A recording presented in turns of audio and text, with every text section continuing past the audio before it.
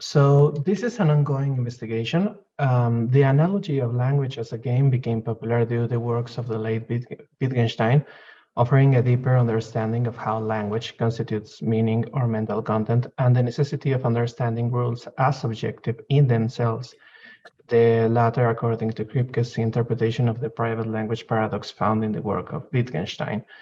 What we want to do is to reverse the analogy now that it has provided us with conceptual results in the fields of philosophy of language and epistemology. But the main issue with this is that Wittgenstein's definition of a game is deliberately vague, as he wanted to avoid the logicist view of finding the pure logical structure of language in a general form of the proposition. This was the result of a failure capturing the pragmatic dimension of meaning, the play aspect, if you will, which is ingrained in how we experience language. So how will we be able to achieve a universal definition of a game if an analytic definition is destined to fail in to capture the pragmatic dimension? We propose tossing aside the a priori performance of such definition. In brief, the a priori, a posteriori distinction is useful when our aim is to predict. In that regard, the conceptual framework is thought as the conditions of possibility of a certain phenomenon.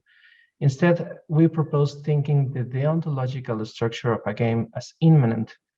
This means that all the features we can find in a game are developed every time and not always and not necessarily if we think of necessity as an a priori condition, leaving room for a flexible and universal understanding of what a game is, and that could integrate every form of a game and clear the conceptual relation to play. I'll exemplify this through the concept of freedom.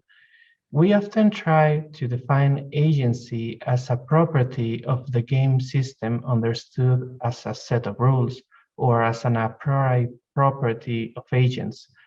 Prediction-oriented models of games that understand playing them as taking the most rational decisions give a non-compelling account of freedom, since they can't explain trivial stuff like boredom and feeling like not playing at all, whilst proposing to understand agency as an essential property of agents doesn't explain what freedom is, nor its relation to the rule system that a game is supposed to be.